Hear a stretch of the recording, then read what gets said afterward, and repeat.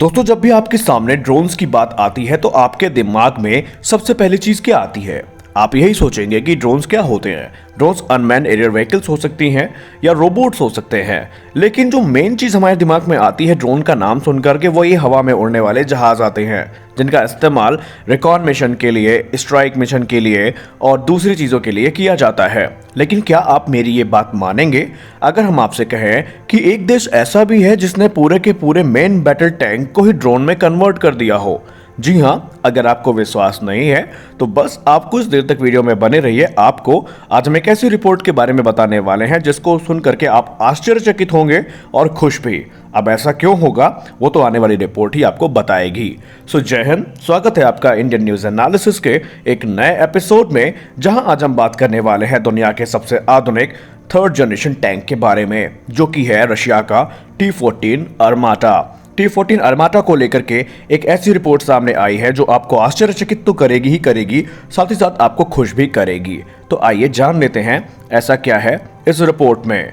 दोस्तों, T-14 अरमाटा को दुनिया के सामने 2015 में पेश किया गया था। उस समय इसके बारे में ज्यादा जानकारी हमें उपलब्ध नहीं थी, लेकिन अब हमको ये पता चल चुका है कि रशिया का T-14 अरमाटा जो third post war generation tank है उसकी श्रेणी में आता है। इस टैंक की सबसे खास बात, या इसकी हम कह सकते हैं इसकी की हाईलाइट जो है वो है इसकी अनमैन्ड टरेट। जी हाँ, अनमैन्ड टरेट का इस्तेमाल इसमें किया गया है, जो कि पूरी तरीके से जो क्रू मेंबर है उनकी सेफ्टी को, उनके प्रोटेक्शन को इंश्योर करने के लिए किया गया है, ताकि जब भी कोई एनिमी अटैक हो तो उसमें मौजूद जो क्रू मेंबर्स हैं उनको कुछ ना हो सके। T-14 अरमाटा को रशिया की कंपनी UVZ के तरफ से डेवलप किया गया है।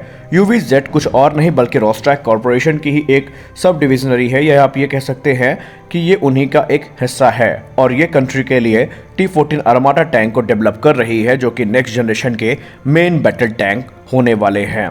T-14 अरमाटा को डिजाइन करना और उनके जो ट्रायल्स है उनको आयोजित करने की जिम्मेदारी भी UVZ के कंधों पर है, और ऐसा कहा जाता है कि इसका जो डेवलपमेंट है वो इसीलिए किया गया है ताकि रशिया इनका इस्तेमाल जो ऑफेंसिव रोल्स हैं या डायरेक्ट एक्शन ऑपरेशंस हैं उनमें कर सके।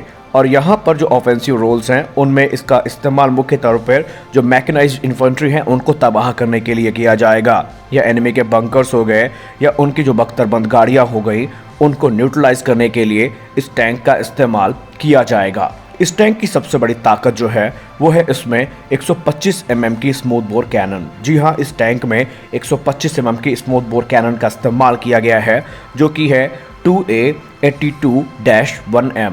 इसके अलावा ये एंटी टैंक गाइडेड मिसाइल्स को फायर करने में सक्षम होगा। वहीं इसमें फुली ऑटोमेटेड एयर डिफेंस जो गन है उसका इस्तेमाल भी किया गया है, जो इसको एनिमी के ड्रोन्स और उनके फाइटर एयरक्राफ्ट से बचाने में काम आएगी। और इसमें तो कई state of the art features का इस्तेमाल किया गया है, जैसे कि इसमें नया कॉम्बैट इंफॉर्मेशन और कंट्रोल सिस्टम इंट्रोड्यूस किया गया है। इसमें खुद के नए रेडार स्टेशंस होंगे, और इसमें सबसे खास बात ये होगी कि ये टैक्टिकल कंट्रोल सिस्टम के साथ में आएगा, जो कि पूरी तरीके से काफ़ी ज़्यादा आधुनिक माना जा रहा है। वही इसको लेकर के एक रिपोर्ट ये भी कहती है कि इसमें जो स्मूथ बोर कैनन का इस्तेमाल किया गया है, जो कि इस टैंक की मेन गन है, वो पूरी तरीके से ऑटोमेटेड लोडिंग पर आधारित होगी। यानी कि अगर हम नेशनल इंटरेस्ट की बात माने तो इसमें जो ड्राइवर है, जो गनर है और जो टैंक कमांडर है उसको एक कंपार्टमेंट में अकोमोडेट किया जाएगा, जो कि पूरी तरीके से एक आर्मर्ड कैप्सूल पर आधारित होगा, और इसको जो फ्रंट पोर्शन पे जो हल है वहाँ पर लोकेट किया गया है। इसका फ़ायदा ये होगा कि जब भी टैंक पर अटैक होगा तो जो इनके पूरे के पूरे क्रू मेंबर हैं, ये एमुनेशन स्टोरेज और जो कह सकते हैं आप सेंटर टैंक का है जहाँ पर हथियार रखे जाते हैं, गोले बारूद रखे जाते हैं, वहाँ से दूर रहेंगे, ताकि जब भी टैंक पर अटैक हो या टैंक हिट हो तो उनको किसी प्रकार का नुकसान ना हो और सुरक्षित वो बाहर निकल सके। दोस्तों, ट्रेडिशनल टैंक की अगर हम बात करें तो उसको ऑपरेट करने के लिए जो टैंक है उसमें क्रू मेंबर का इस्तेमाल होता है, गनर का, लोडर का, और भी यहाँ पर कुछ चीज़ें हैं जो इस्तेमाल की जाती है। उससे जब भी टैंक पे अटैक होता है तो उनकी जान जाने की जो संभावना है वो बहुत ज़्यादा होती है। और T-14 अरमाटा यहीं पर अलग हो जाता है, क्योंकि इसमें पूरी तरीके से जो ऑटोमेटेड लोडिंग सिस्टम है वो क्रू को फ्री कर देता है कि वो इस कॉम्प्लेक्स एरिया से हटे और उनको एक सुरक्षित, जो कैसा अभी हमने आपको बताया कि एक कंपार्टमेंट है जो पूरी तरीके से आर्मर्ड है, वहाँ पर उनको व्यवस्थित कर दिया गया है पहले से ही। वहीं रशिया के एक न्यूज़पेपर का दावा तो ये भी है कि एक पूरी तरीके से जो अनमैन्ड वर्जन है T-14 आर्माटा का, उसका टेस्ट भी किया जा चुका है और उसके जो रिजल्ट है वो काफ़ी ज़्यादा सेटिस्फैक्टरी हैं। और उसको लेकर के ये कहा जाता है कि 2022 तक उसके बाकी के जो ट्रायल्स हैं वो ऑलरेडी वहाँ पर कंप्लीट करने की प्लानिंग शुरू हो चुकी है। अब यहाँ पर आपको एक खास चीज़ जो इसके बारे में पता होनी चाहिए वो ये है कि T-14 आर्माटा रशिया अकेले इस्तेमाल नहीं करेगा, बल्कि रशिया अपने उन सारे मित्र देशों को उसका ऑफर करेगा जो ऑलरेडी रशियन टैंक्स का इस्तेमाल करते हैं। अब अगर हम पोटेंशियल बायर्स की बात करें तो यहाँ पर जो सबसे पहला नाम आता है पोटेंशियल बायर्स में वो है इंडिया, यूएई और इजिप्ट। हालांकि अल्जीरिया का नाम भी इस लिस्ट में जुड़ चुका है और अल्जीरिया भी यहाँ पर एक पोटेंशियल बायर के तौर पर देखा जा रहा है, क्योंकि जो रशिया की टेक्नोलॉजी है, जो मिलिट्री हार्डवेयर है, इसका इस्तेमाल बड़े पैमाने पर ये देश करते हैं। इसलिए ये माना जा रहा है कि जो ये टैंक हैं ये पहले इनको ही ऑफर किए जाएंगे। अब भारत की अगर हम बात करें तो भारत ऑलरेडी रशिया के कई टैंक्स का इस्तेमाल करता है, जिसमें से T-72 और T-90 भीष्म शामिल हैं। तो ऐसे में ये माना जा रहा है और फोर्ब्स मैगजीन ने भी इसके बारे में लेकर के एक आर्टिकल लिखा था, जहां पर उन्होंने ये कहा था कि भारत इसका सबसे बड़ा पोटेंशियल बायर हो सकता है। क्योंकि T-14 की खासियत क्या है दोस्तों, T-14 आर्माटा एक एक्सट्रीमली लो टेम्परेचर पे भी ऑपरेट किया जा सकता है, जो कि -50 डिग्री या उससे भी नीचे जा सकता है। तो ऐसे में अगर इसको भारत लेता है तो भारत के लिए सबसे खास बात यहाँ पर ये होगी कि लद्दाख के जो टेम्परेचर है चीन के अगेंस्ट, वहाँ पर ये टैंक पूरी तरीके से किसी भी परेशानी के बिना ऑपरेट किए जा सकेंगे और भारत के लिए ये काफ़ी अच्छी चीज़ हो सकती है। और भारत क्योंकि रशियन टेक्नोलॉजी को काफ़ी लंबे समय से इस्तेमाल कर रहा है, तो ऐसे में भारत के जो सोल्जर्स हैं उनको इसमें घुलने मिलने में भी ज़्यादा समय नहीं लगेगा। अब क्योंकि T-14 आर्माटा की जो ट्रायल्स है वो 2022 तक कंप्लीट कर लिए जाएंगे और स्पुतनिक की तरफ से रिपोर्ट पे ये बताया गया है कि जो बाकी के बचे कुछ टेस्ट हैं वो शुरू हो चुके हैं और उनके जो रिजल्ट्स आ रहे हैं वो काफ़ी पॉजिटिव हैं।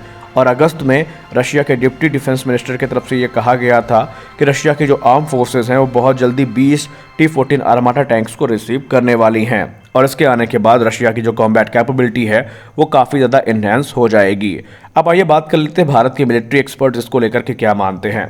दोस्तों, भारत T-90 भीष्म का एक बड़ा ऑपरेटर है और भारत के पास बड़ी संख्या में T-90 भीष्म टैंक मौजूद हैं। तो ऐसे में एक्सपर्ट्स ये मानते हैं कि भारत के लिए ये काफ़ी अच्छा ऑफर हो सकता है इन टैंक्स को सेलेक्ट करना, क्योंकि इनके आने के बाद निस्संदेह भारत की जो कॉम्बैट कैपेबिलिटी है वो इन्हेंस होगी। लेकिन अभी ये रास्ता इतना आसान नहीं है, क्योंकि रशिया काफ़ी ज़्यादा इसका हाई प्राइस भी बताएगा, क्योंकि state of the art tank है। इसलिए माना यह भी जा रहा है कि अगर भारत इनको लेता है तो भारत को इसके लिए अच्छी खासी कीमत भी चुकानी पड़ेगी। अब क्योंकि अपने तरह का यह पहला टैंक है, तो ऐसे में अभी देखना यह भी है कि ये जो ग्राउंड रियलिटी है वहाँ पर आने के बाद ये कितना ज़्यादा कैपेबल साबित होता है। तो इसको देखने के लिए अभी हमें इंतज़ार करना पड़ेगा, क्योंकि इसके टेस्ट के बाद जब इसकी ग्राउंड रियलिटी सामने आएगी तब भारत इसको कंसीडर कर सकता है। फिलहाल आपका क्या मानना है T-14 आर्माटा को लेकर के, आप अपनी राय कमेंट सेक्शन में ज़रूर दें।